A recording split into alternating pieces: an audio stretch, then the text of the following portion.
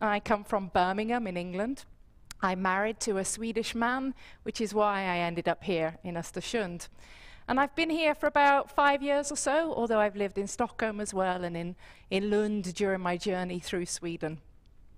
During the day, I normally run my own business. It's called Anything English, where I help people, companies, anybody that needs help with communicating in English in one way or another, whether they need to write it or speak it or stand and present or sing a song. I can help them do it in English. But before that, I spent most of my professional career working in bigger international companies all around the world. I've lived in Bangkok and in France and in the US and a few other places in London as well. Always working with communications, marketing, internal communications, always in this field, helping people do it better. So what are we going to do today then? Clickety-click here. We are going to all learn how to network like a pro. How you can go to a networking event and feel really comfortable to talk to anybody you need to talk to. How you can get in touch with exactly the person you need to get in touch with. We're going to look at these 5 areas, and I am not going to stand here talking for the next hour non-stop. Yoo-hoo, you'll be saying. No, you're going to do some practical exercises yourself. You're going to sit and think a little bit there. I'm going to move you outside to practice mingling once I give you some tips on how to do that. Shock horror. And then we'll come back in and we'll do some other stuff. Does that feel okay so far? Mm-hmm. Good, good. Good to see your feedback and your participation. So we'll talk a little bit about your personal brand and how you can prepare in the best possible way for networking events. We'll help you create pleasant small talk, that moment in a mingling event or a networking event when you're standing there and you're thinking, can I go speak to somebody or shall I just back away into the corner?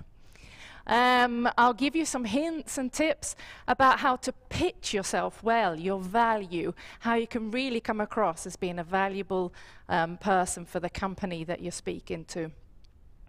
You'll practice, as I said, because practice makes perfect. And then if we have time at the end, we'll look a little bit at how you may use your LinkedIn profile to continue your networking when you're not with people face to face. But that'll depend a little bit on the time we do or don't have. But first, a little bit about my more recent experience with networking. As I said, I moved to Östersund about 5 years ago. And when I did what I thought you should do. I started my business. I'm a marketer, so I figured I'll make a brochure. Here's my brochure. This is the one I made. You can have it at the end if you think I'm okay.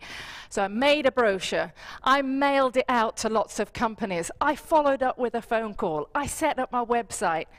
0. Nobody was interested in me, and I felt all alone. Why aren't people interested in me? Maybe I need to go to a networking event and meet people, I thought. So I went to a networking event. Deloitte were presenting, Hilleberg's tents were presenting, and I thought, well, I've worked in the accounting industry. Deloitte, they're sure to be interested in me. Hilleberg's, they're an international company. They must need help with their English communication. So I listened like you are now, and in the break I went up to them and said, hello, I'm Lisa Coquette. Here's my brochure. Get in touch if you need me.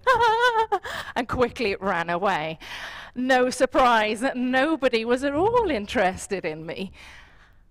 What was I doing wrong? And then I actually joined a business network here in Östersund, and it all came back. Of course, you need to meet people. You need to build relationships. You need to really be able to help them understand what value you can help them create. Not just, here I am, this is what I do, I want to sell you this, please get in touch. That'll never work. So I backed a bit, and I thought, of course that's the way to do it. That's what I've done my whole life, but inside one big organization. Back again, start again. And that's what a little bit I want to share with you today.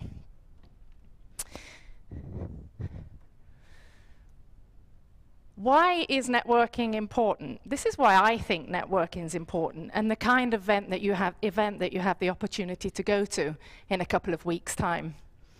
It's fantastic marketing for you if you get it right. In my case, since I've run my own business, it's a way for me to get more and more sales directly with people by building my relationships with them. It's also a way for me to meet the most interesting people that could be the best collaboration partners. I would never get to meet them if I just sat at home and never dared to go out to these events. It's a place where I usually get more ideas and more inspiration than anything else I do, is by getting out, meeting people, networking, new people. I'm not going to get the best ideas sitting here. And it's a superb way to monitor the market, of course. Then you get talking to people. Oh, what's going on there? What's that company doing? Did you know that they're recruiting? Oh, wow, you know, they're moving to Östersund at the moment. They're going to hire 15 people to work with telemarketing, or whatever it is. That's the way that you can get to find out about it, maybe sooner than others. Most importantly, though, as I said just before, it's about building relationships. That, for me, is the way I approach every networking event I go to. Whatever my objective is for it, I want to come away from there with a new potential relationship. And when I say relationship, you know, I don't mean somebody that I'm going to go home and go to bed with or something. I mean a professional relationship that can lead somewhere in terms of business. One of my favorite English business people said this: if you aren't in the business of helping others, you shouldn't be in business. It's that simple. And it's Richard Branson that said that, and I think we can agree that he's been pretty successful along his time. And whenever you go into any networking opportunity, any brand building opportunity, I think you can try and keep this central to your approach to it. How can I go in here and help these people? Not what have I got that I'm going to sell here? How can I get my thing out there? How can I seriously and truly help them? And that's the interaction you want to be going in with. And it is just that. It's an interaction, and it's not a transaction. In, sell, and get out. And it kind of sets the foundation for what a good networker is.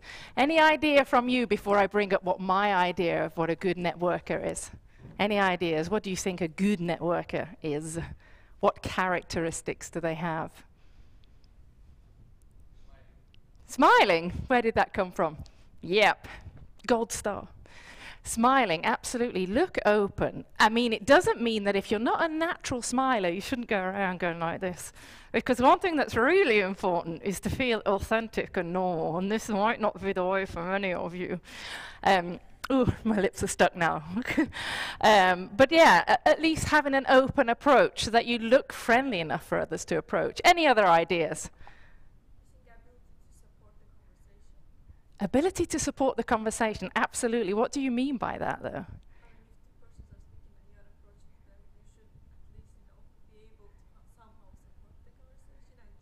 Yeah, exactly, yeah. So a way to kind of get in. We're going to work on that actually very shortly. More ideas?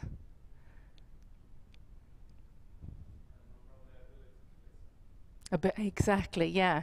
2 ears, another top point over there. We got 2 ears and 1 mouth. You've probably heard that before, and that's the proportion in which we should use them.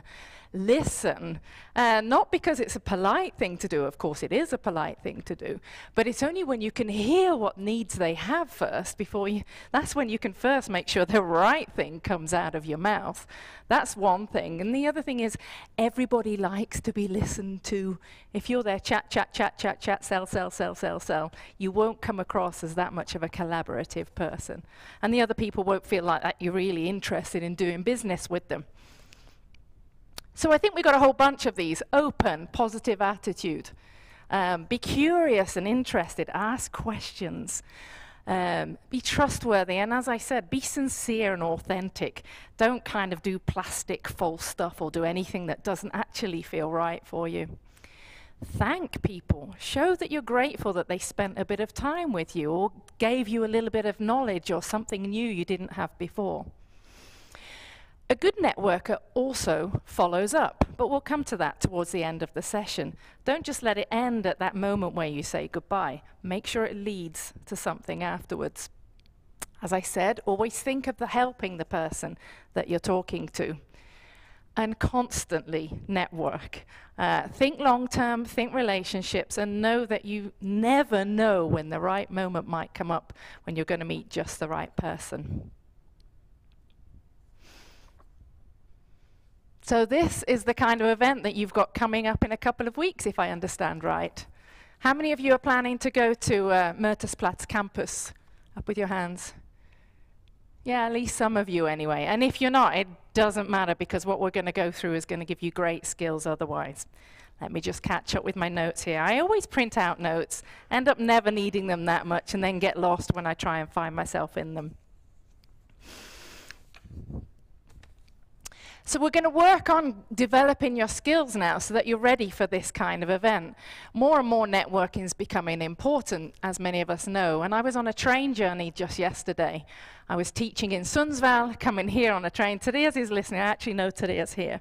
And she saw what I posted on Facebook. I was on a train journey coming from Sundsvall. I get on, and somebody's got their bags in my seat. So I very nicely in Swedish said, "Ursäkta, excuse me, that's my place." Okay. And the people said, okay. And then they tap on my arm. I'm wearing this hat, of course. So they just assume that I'm from Östersund and I'm Swedish. And they say, tap, tap, tap, Östersund, very good. And so I say, oh, you're Arsenal fans. And there it started. On this side of the train, we've got a bunch of old Swedish men coming from the south. This side, a bunch of old English men supporting Arsenal. Me translating in the middle. And one young guy here, and a guy from Iraq that was coming here to meet his girlfriend for Valentine's night, stuck in the middle, singing, whatever. But the one guy next to me from who was also from the UK, is at university at the moment. And I told him I was coming here today to do this event. And he said, that's fantastic. Networking's getting so hot and important in the UK now. If only that we had the opportunity also to learn the skills to do it. So I think you've got a great opportunity now in practicing some of the skills I'm going to share with you. And we'll start off. I'm a little bit like fluffy on the mic here, aren't I? You can tell me if it gets uncomfortable. There we go. All right. I never go to an event, never, without addressing these 3 questions. What do I most want from this event? Who's going to be there? And how do I want them to perceive me? So I mentioned that I'm part of a network here. It's a business network. We help each other create business. And we meet every Thursday morning. And we know each other. So often it's the same people that are there every Thursday morning. But there are often always new people, new guests, new companies. Before I go to that meeting, every Thursday, I go in and think, what do I want this week? Who do I want to meet? Who's an interesting company? Am I trying to get a new customer? Am I trying to get a new project? Am I actually looking for a partner, somebody to work with? Or could somebody in this network actually be a carpenter that can help me build at home? You never know who's there. But I always know what I'm going in for. I never just go, hey, it's great little breakfast, I'll go this week as well. So I know what I'm going in there to do. I find out who is coming from that company. What's the company? What's their name? What role do they have? Why are they coming? What challenges does the company have? What are they going through right now? Does that company's values match my values? Is this the kind of company I want to be in? And if I get the right answer in my mind to all of those questions, yep, I think this is an interesting company. Who do I know that already works there? I must go and find out more about this company. I want to ask them some questions. I really wouldn't mind working with this company. Okay, I'll find out more. Who do I know? What can I possibly deliver? And I'm always ready with that every single Thursday. And then finally, how do I want that company to perceive me? When we've had our conversation and I leave that room, what do I want them to think of me? Or otherwise known as what personal brand do I want to leave behind? What do I want them to think? I think it's Jeff Bezos, the founder of Amazon, that said, your personal brand is what people say about you when you're not in the room. What would you want that to be? For me, it's professionalism. It's being the best at helping people in my language in English. And it's also, let's have a bit of fun. It's fun to work with me. And that's the impression I want to leave people. And I know that. And everything I do has those elements in it. the way I dress, the way I hold myself, the way I write, the way I talk. It's no point me standing here and claiming that I'm a communications expert in English if you can't hear a word I'm saying, if you can't understand because I'm going too fast, I've got a heavy dialect. I think about all of these things. This is all part of my personal brand. So what you're going to do, just for 5 minutes here, because my voice must be getting a little bit boring by now, I just want you to take a moment and think about, what would your personal brand be? What do you want your personal brand to be? Let me help you with some more questions again. I'll repeat those. Think about your values. What's important to you? Think about what you wear. Does that reflect what's important to you? Think about how you interact with people. If you want to be known as somebody that's easy to work with, are you interacting easily or are you very closed? How do you write? Do you write casually and friendly? Do you write more formally, more technically? Maybe if you're in the science faculties, you want to be perceived as technical and as formal. Just take a few minutes to think through that now. Write the ideas down, just have a moment or two. And for those of you that don't mind, I might ask you to share your thoughts in about 128 seconds from now. Boom, ba-dum, ba-dum, boom, ba-dum, ba-dum, boom, ba-dum.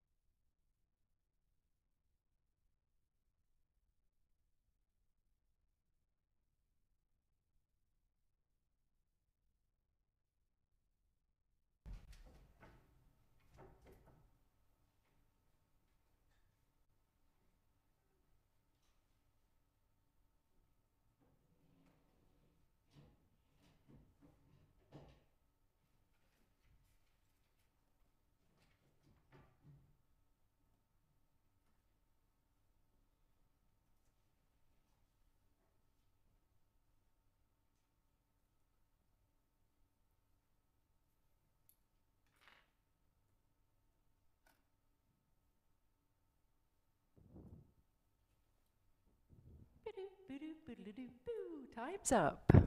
All right then. Anybody willing to share their thoughts? I know this is quite personal actually, so if anybody's willing to share their thoughts, that'd be great. Thank you. So. Okay. Yep. Can I repeat what you're saying so people can hear? Friendly, ambitious, responsible.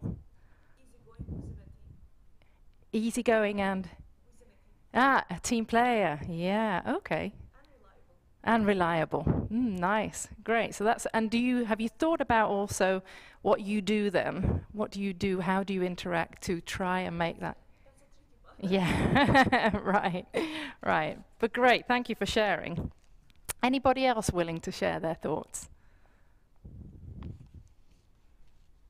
Thank you. A bit of a double one. So I like to be seen as friendly, Uh-huh.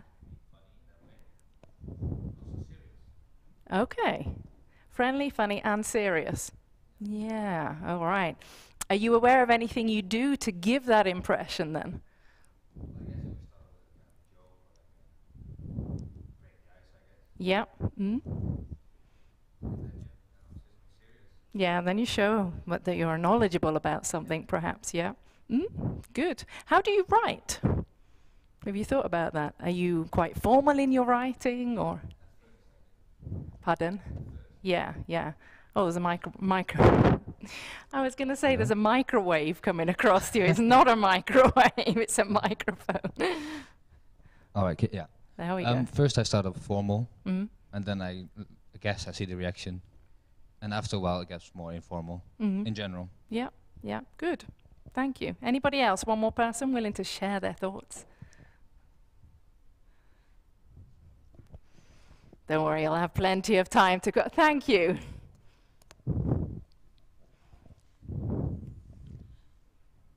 I want to be successful, professional, also helping people. Yeah, right, right. I'm trying to reflect that in my life, in my general life. Also, I'm trying to write it in my CV, to show it to all people which is interested in my CV. Yeah, right. But when I write informal, and my clothes are also informal. Ah, your clothes are also informal. Ah, okay. Thank you very much for sharing that. And that's something, those of you that are going to the event in a couple of weeks' time, think about how you dress. If you're going to meet, if your intention is to meet with a company in a particular industry, what's the clothing of that industry, and do you match it? Do you want to match it, or do you want to stand out in a different way? So that's just a little bit on personal brand, because I want to make sure that we get you moving and practicing the next part, which of course is the small talk at these events. An event like that, it's coming up. This is your chance. You're going to mingle like a pro. And you're there and you're ready and you're like, I am going to meet so many people at this event. And you're there and everybody else seems to be mingling. And you're looking at that person over there and you're thinking, I think that's the person I want to approach. No, I won't do it. Oh, God, I'll get a coffee here first. And you're there and everybody else seems to be mingling and you think, oh, what shall I do? I know, I'll get my phone out and pretend to answer some emails. And you go away and that's not why you're there. You're there to meet a whole lot of people. That's what these mingling events are about. But just that opening, that small talk, starting to talk to people, is one of the most difficult parts of the whole thing. And partly it's cultural, particularly up here in the north of Sweden. Maybe people are less kind of forthcoming and open to it and talking with each other like that. But partly it's also because you just can't think, how can I get this conversation going? What can I say? So that's where you back away and think, well, I'll say nothing instead. So I'm going to give you some tips, Lisa Coquette's tips on getting the small talk going. Stay up to date. Just keep your eye on what's going on in the news, on TV, newspapers, whatever. And you can easily start a conversation with anybody about stuff. And we've got loads going on today. Just think about today. Big football match happening in town, Winter Olympics on, Sweden's winning golds. Any of those things you can just say to somebody. You're standing next to them in the coffee line at a mingling event. Oh, wow, isn't it great that we got a gold? Off you go. It can be as easy as that, as long as you stay up to date with what's going on. If all else fails, talk about the weather. Both we in England, the Swedish, I don't know how it is represented with the other people from other cultures in the room, but if all else fails, talk about the weather. Do your research in advance. So if you've done what I suggested you do with research in the companies, then you probably know a little bit about the people in the room or at the event you're going to, whether you've done that research on Google or in other ways. Make a comment on something. You're standing in line next to somebody in a coffee line, and you see if it's another lady. I'm assuming a lady. Men have handbags too. But you could say, oh, nice handbag. I like it. Or you could say, oh, I've noticed you've got the logo of AstraZeneca on your folder. Do you work there? Or you could say, oof, this coffee's terrible, isn't it? Off you go. Oh, do you need the milk? Off you go. Just comment on something. Try and think of what these little things might be. If you dare, nice tie. Not. No. Somebody actually said that to my husband. As I said, we lived in Bangkok. Somebody actually came up to my Thai person and said, hey, you, mister, not nice tie. Okay, all right. Once you've got the conversation going, you're in your small talk, phew, you've come over that terrible moment of silence. Then make sure you then ask open questions. What do I mean by open questions? Give me some examples. What do you do for a living? Something. What do you think about this or that? Exactly. Questions that aren't easy to just say yes or no to. What, where, how, why, how long, all of these questions. Keep the conversation going with open questions. And yourself, answer openly as well. Don't just answer with yes, no, yes, no. Use the opportunity to at least give some of yourself. And as we said earlier, somebody said, be a good listener. Listen actively. So don't stand there listening only half an ear here and thinking, okay, what question am I going to ask next? What question am I going to ask next? That's not active listening. Give your attention fully to the people that you're listening to, and the questions will come naturally of themselves. So those are my tips for small talk. Stay up to date. If all else fails, talk about the weather. Google, make a comment on something, ask open questions, and listen actively. Now then, you're going to practice this. We're going to go up the stairs, out of the room, and into the area out there, and you're going to practice talking with each other. You're going to practice small talk. Ooh, you're sitting there thinking, oh God, I really don't want to do this. But this is a wonderful opportunity for you. See it that way. This is a way for you to practice mingle and small talk in a friendly environment. We're all open, aren't we? Right. And it's a practice for you to get over that horrible barrier, and try it here so that when you're at a real event in a few weeks' time or later in your career, you're ready, you've done it. It's a piece of cake, as we say in English. So we're going to practice that now. This is what will happen.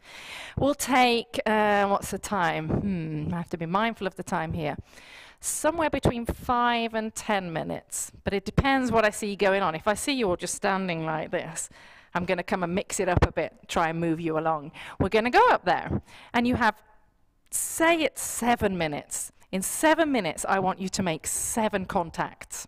Right? So it's really intense. You don't have to get too intimate with anybody.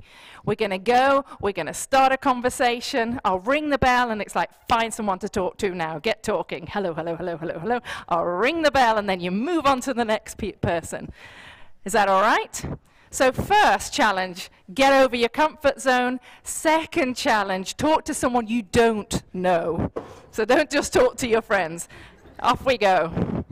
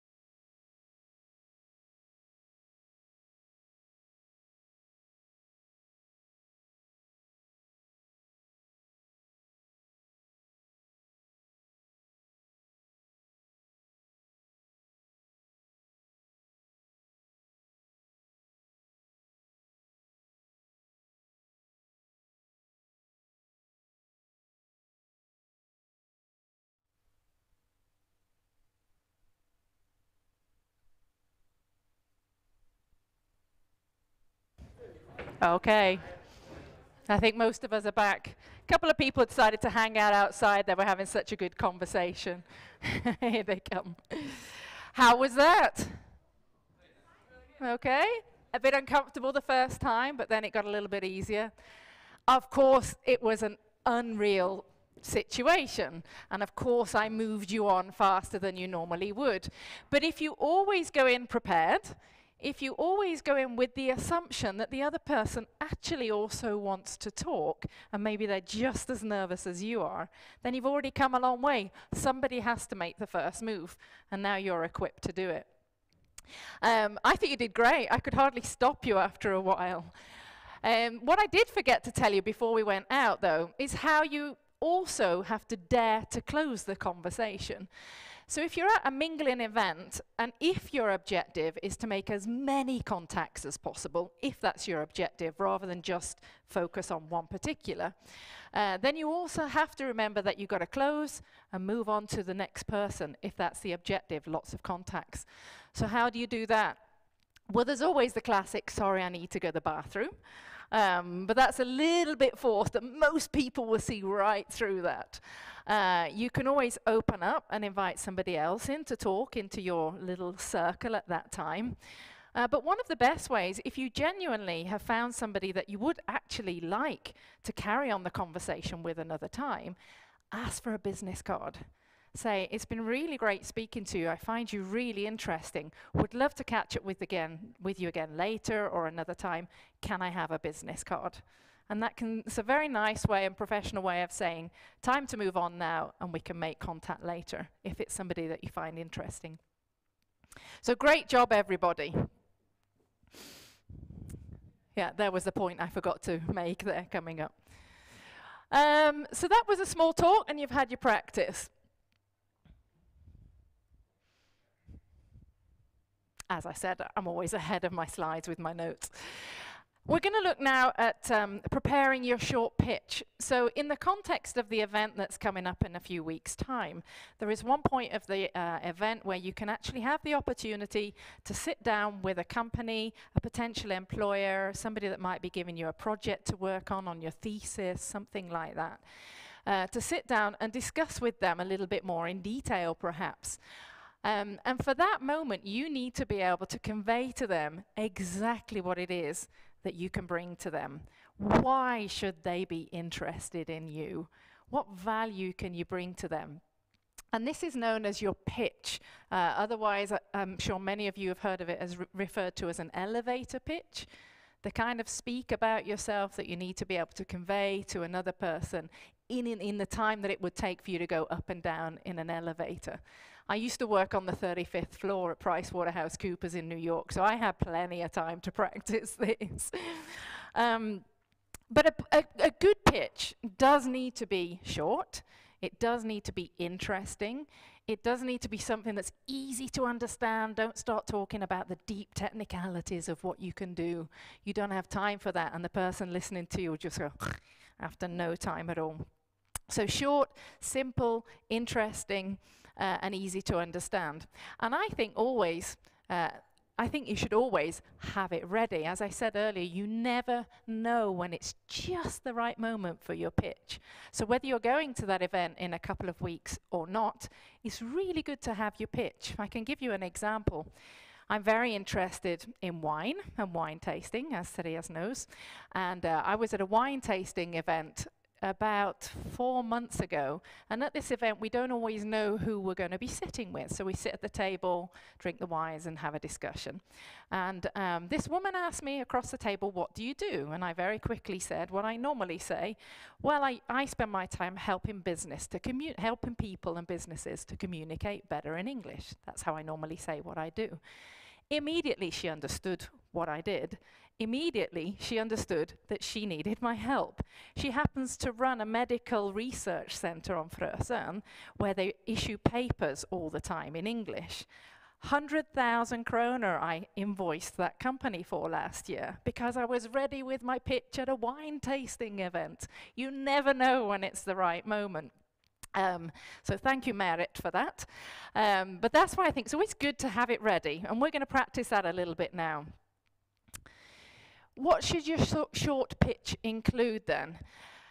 It should be about, as I started to say, the value that you bring to the people you're speaking to. So it's not what you want to sell. It's not your deep skills. It's the value that you can bring to them. And you can only know about that if you've let them speak a little bit first of all, so that you know who it is. So imagine you're selling vacuums. You're not going to say, you know, this is the best vacuum in the world, blah, blah, blah, blah, blah, blah, blah. Oh, by the way, then it's a remote vacuum, da, da, da. No, you say, I bet that your home's a little bit dusty every now and again because you look like a busy person. I've got an automatic vacuum. Think about the value. Of course, I'm using one of the cheapest examples in the book, but really think about what that value is, rather than exactly what it is you want to sell and how good you are. If it's difficult for you to identify what's unique about what you do related to their value, at least try and think about why you're the best at what you do. And then you can't obviously say, I am the best, but you should be able to illustrate it with a story. So I have another example. It's a customer, and I got to know very quickly that this customer was really pedantic. He was a real control freak. So when I met him, and I knew this before because I'd spoken to somebody else who worked with him. So when I met him, I made sure that he knew very quickly that when I work with translations, which is one of the things I do, I have a great tool that enables him to see every single line by line by line by line, English, Swedish, so he can check it and stay completely in control. So I understood very, very quickly what was important for him in this interaction and made sure I was able to position that in terms of something that was valuable to him and something easy for him to understand. As a student, it might be difficult for you to think, well, what have I done? Well, I mean, I haven't worked before, or maybe you have. What's the value I bring? What is that value to people? Think about, I can see in here we've got loads of people with different backgrounds, different cultural backgrounds. The language you bring, the openness, maybe you've done a research paper that is perfect for that company that you're working for, that's uncovered new knowledge or something. Think deep and long about all of the experiences that you've had, all of your background, and what makes you unique. And how you can then try and position that in a way that gives value to the person you're speaking to. The best way to create your pitch is if you can bring about some emotions or feelings in the person that you're speaking to. I have one customer, and I had heard that she'd taken on a new job, and there were lots of international contacts involved with that new job. So when I next met her, I said, how are you feeling about your new job? And she said, I'm really scared. I don't like speaking English. I've got all of these new customers. I'm the head of a big company, and I've only ever been working locally in Östersund before. And I thought, I can help you out here. And I said, Helene, all you need to do is, just sit with me a couple of hours. I can help you. I can coach you in just the area you want to. So I was really playing to her feeling of needing to feel confident in herself as the owner of a company and get rid of that fear factor. So find out what emotions you can awake in the people that you're dealing with. And this is a lot to think about in a short pitch, I know, but that's what makes it tricky. As they say, it's always trickier to say something short and good than long and waffly.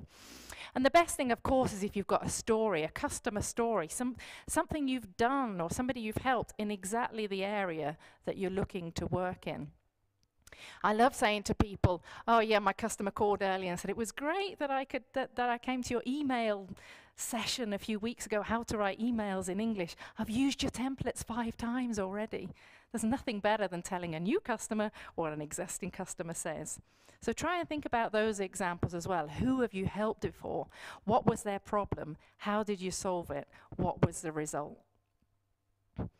And then remember, if you're in the kind of situation where it's a networking event where you actually have to stand up and present yourself, so rather than, just talking over the table like this, what if you're at one of those kind of events where you have to stand up for the first time, hello, I'm Lisa.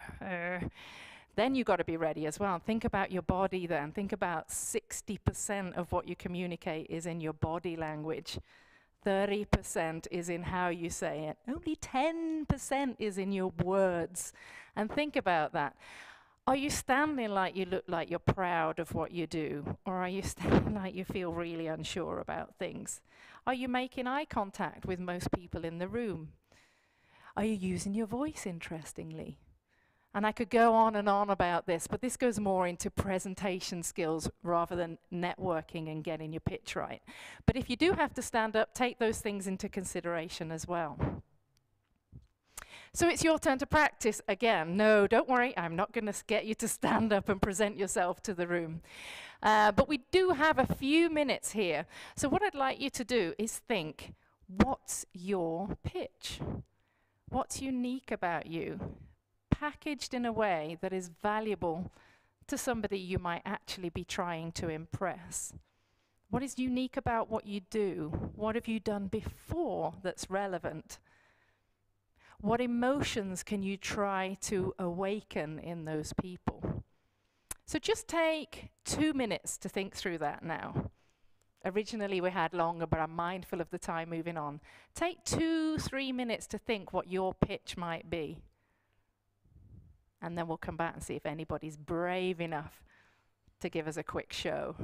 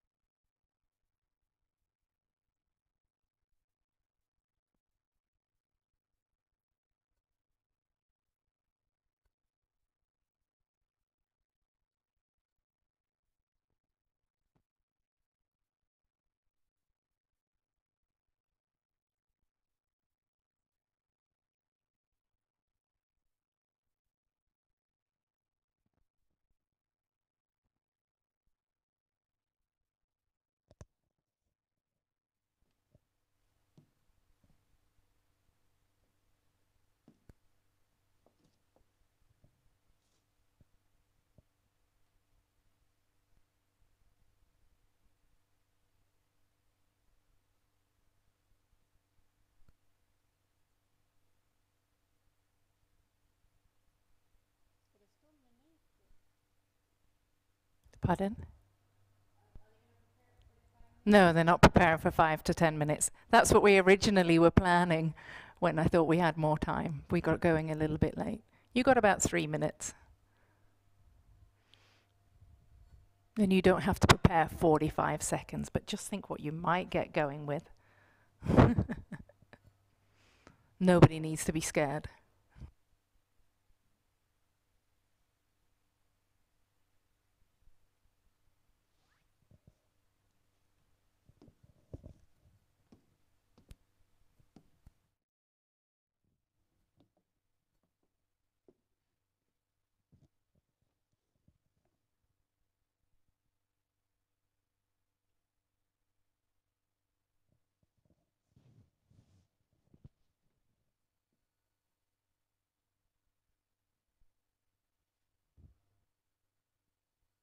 You can, of course, discuss with each other. Maybe you can help each other think of what's fabulous about you.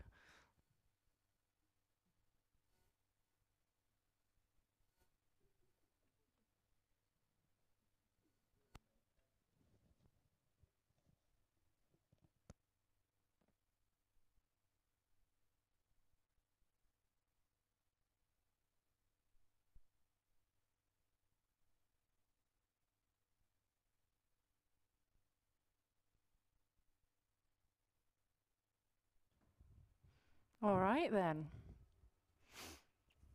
Was that difficult? It's often difficult to think about how great you are. Or rather to put it in a way that's interesting for other people to hear and that sounds valuable to other people. That's what's difficult.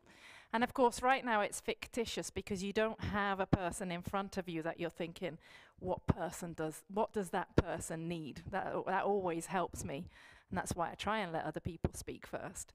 But is anybody willing to share what they've thought, or even dare to stand and say, "Ta-da! I'm Lisa." Or just maybe share your thoughts. Thank you. Just a second. That's good. We'll bring the microphone to you. Okay, I just have some thoughts, because it's really hard when you don't really know what you want to do, and if you meet lots of different people. And I feel that what I would like to show them or make them know that I'm in my last year of this risk and crisis management education, and that I'm really up to and feel interested in challenges, and I want to be able to practice what I've learned in a way. I don't really, do you have some tips for that? Absolutely. I immediately latched onto your word challenges, and that you like challenges, and any crisis and risk situation is a challenge usually. What I would suggest you try and do then is try and identify one or two situations where you can show that you've really risen to a challenge, where something was quite challenging and you worked or acted or planned in a way that kind of showed that you worked to solve this problem. Now, it doesn't necessarily have to have been a risk-related problem, but something that somebody can say, wow, she's got the attributes that I believe show that she could probably help. Say you were working as a risk consultant or something like that. Yeah. So that's what I would try and do. Yeah. Try and illustrate with something you've done in your life that you've probably got the attributes, even if not a wild amount of professional skills. Thank you for sharing. Anybody else? I've given a workshop like this before, and afterwards somebody actually sent me an email, and she'd gone home and she thought about what her pitch might be, and she sent me an email and actually said, "What do you think about this?" And I gave her some feedback. So if you want me to do that, I can do that. So if you want to have a little bit more time and think about it, now I am not going to give you feedback on a long essay about your life, but if you want to send to me a couple of thoughts or ideas, or how can I make this a little bit more colorful or interesting, I can do that. So for the sake of time then, let's move on a little bit. We've looked at what you really want to have, or what you want to be, what you want people to perceive you to be. We've looked a little bit about practicing mingle and getting talking to people in the most difficult situations. We've looked at your pitch now and what that might involve.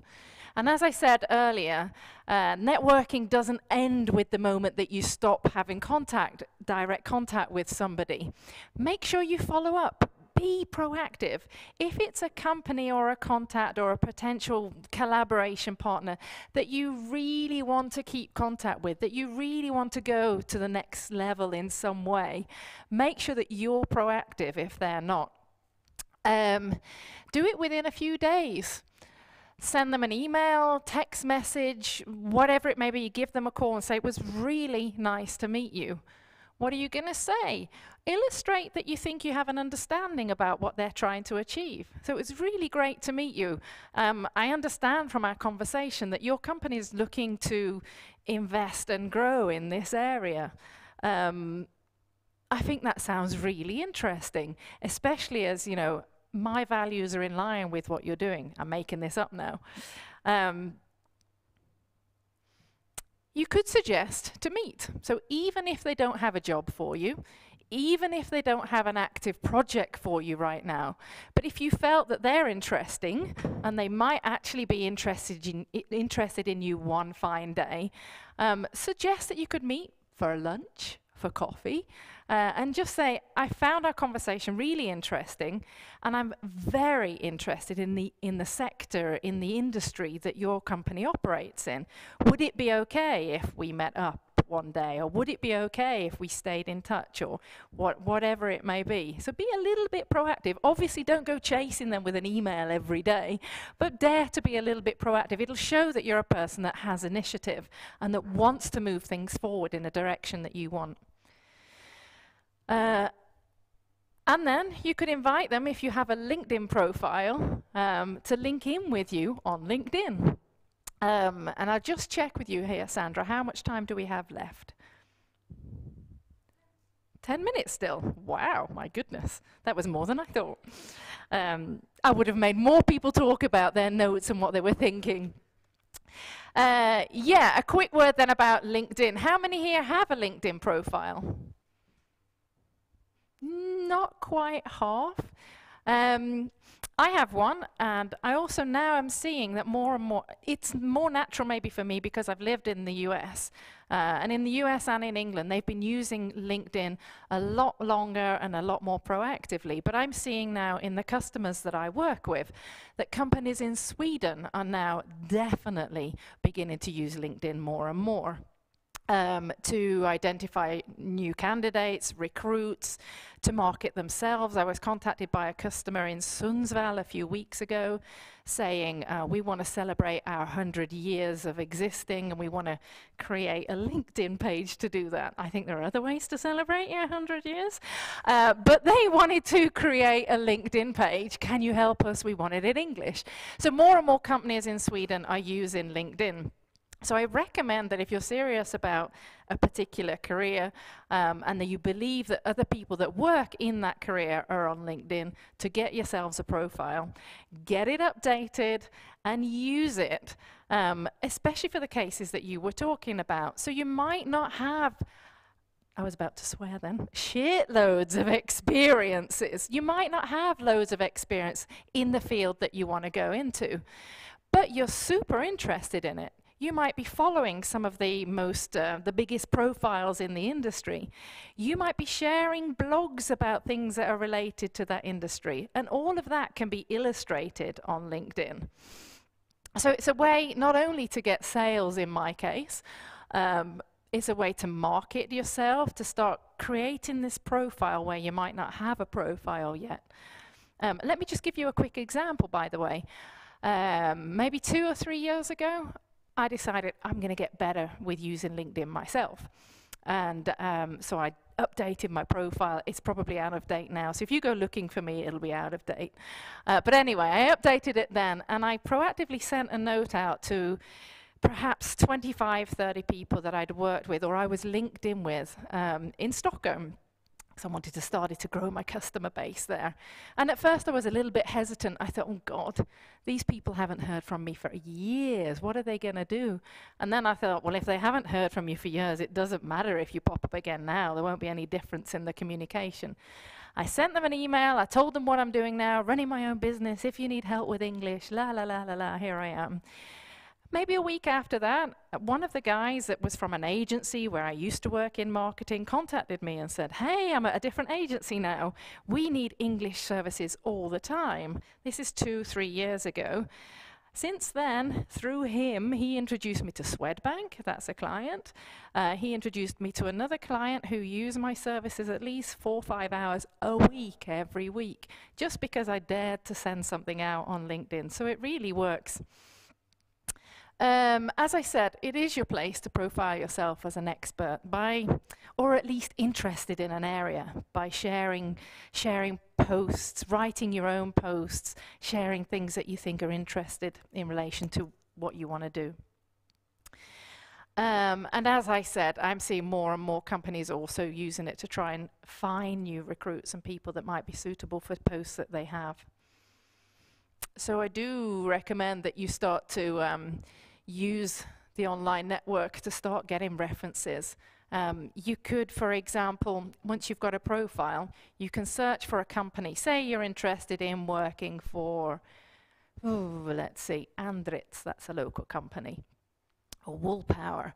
You can actually search in your connections, Wool Power, and see if anybody you know actually works at Wool Power. Great, call them, hey.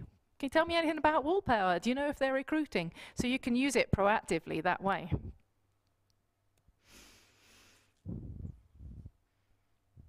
So we are almost at the end. As I said, we've looked at the personal brand. You've worked on doing pleasant small talk. We've looked a little bit at your presentation and your pitch, but I wish we'd have spent a little bit more time on that and got some more of your thoughts.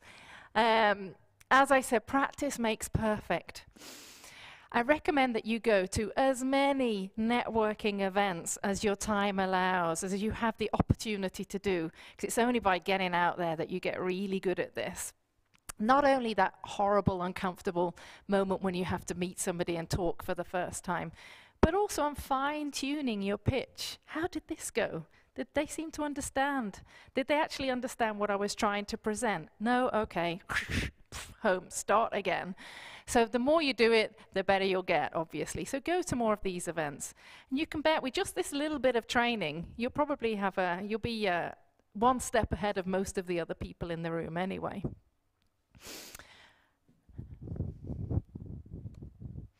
And as I said, if you have any questions after today, or if you want me to look at anything, as long as it's quick, short, and sweet, which your pitch should be, I don't mind looking at it for you. My details are up there. So I hope that you've stepped a little bit out of your comfort zone, that you've learned something new today, and that you had a little bit of fun doing it. And I look forward to hearing from you again in the future. Thank you so much for spending an hour with me. Thanks. And thank you, Lisa. I feel really boosted up. What do you say? Do we have any questions for Lisa? Anything at all? Could be something small, something big. They all saw the fika coming in and they're like, yeah, we want that cake. Yeah, we have something over there. I'm coming for you.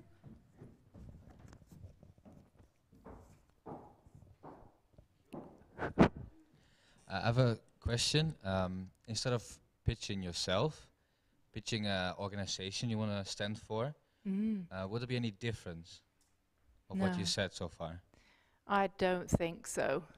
I still think it's largely around what's unique about the company, what are the values of the company, is it a company that wants to be leading in the field of environmental issues or technology issues, and pitch those still in the context of what's valuable for the person sitting in front of you. No, I don't think it's that different. Find examples of where it's helped other customers. Interesting. Thank you.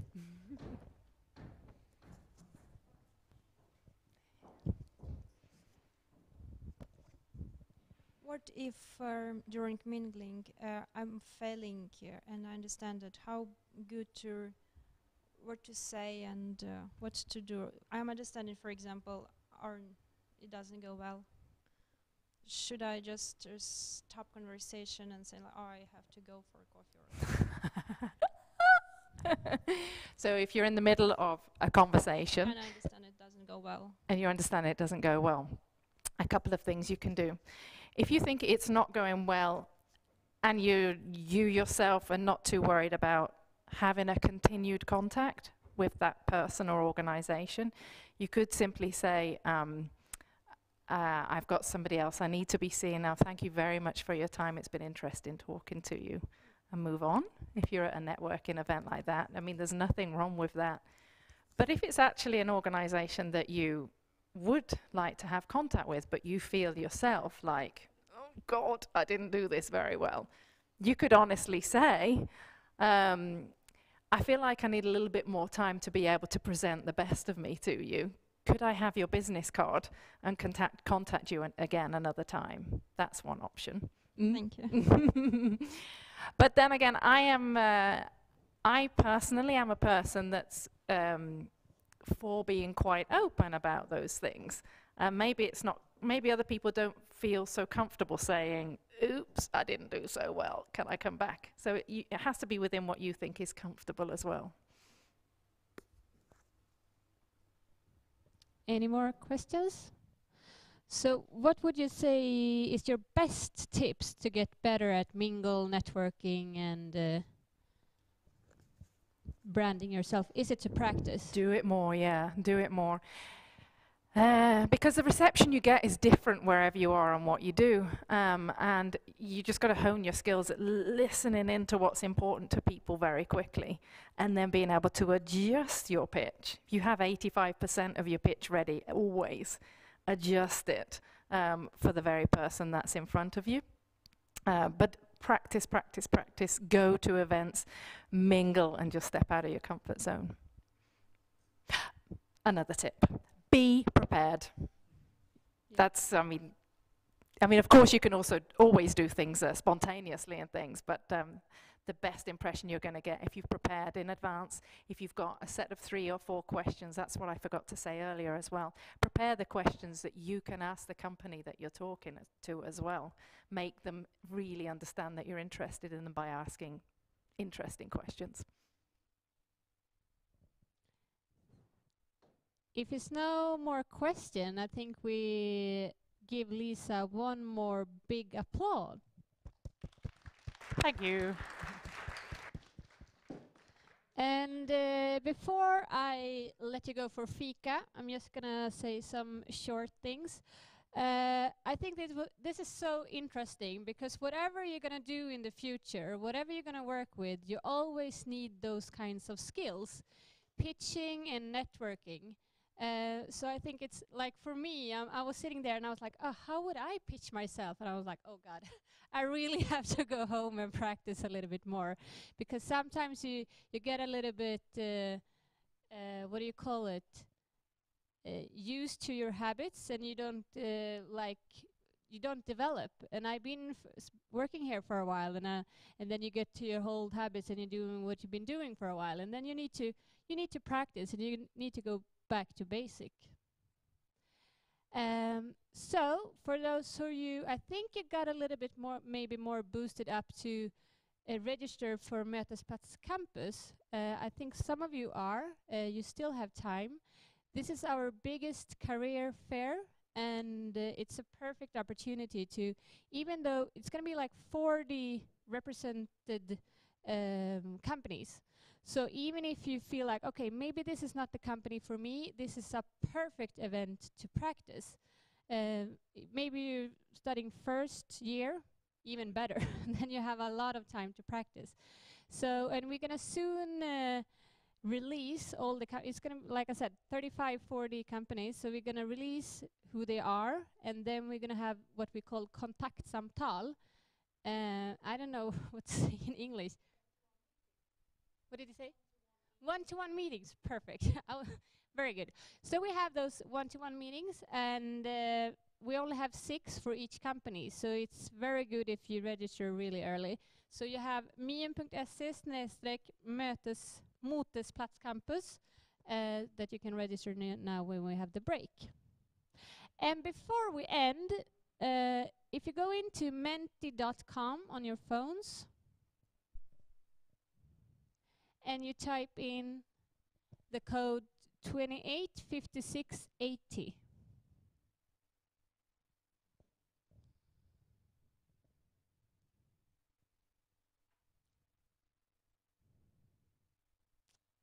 And then it's only 2 questions that would be very, very good if you could answer. And I was so happy when I saw when they started to mingle. And it was a little bit like unsure, and then when you were ending, you couldn't get them to stop. It was really nice to see. So when you have typed in the 285680 at menti.com, we have coffee and cake outside, and then afterwards we're going to start the next workshop in 5 minutes. Thanks.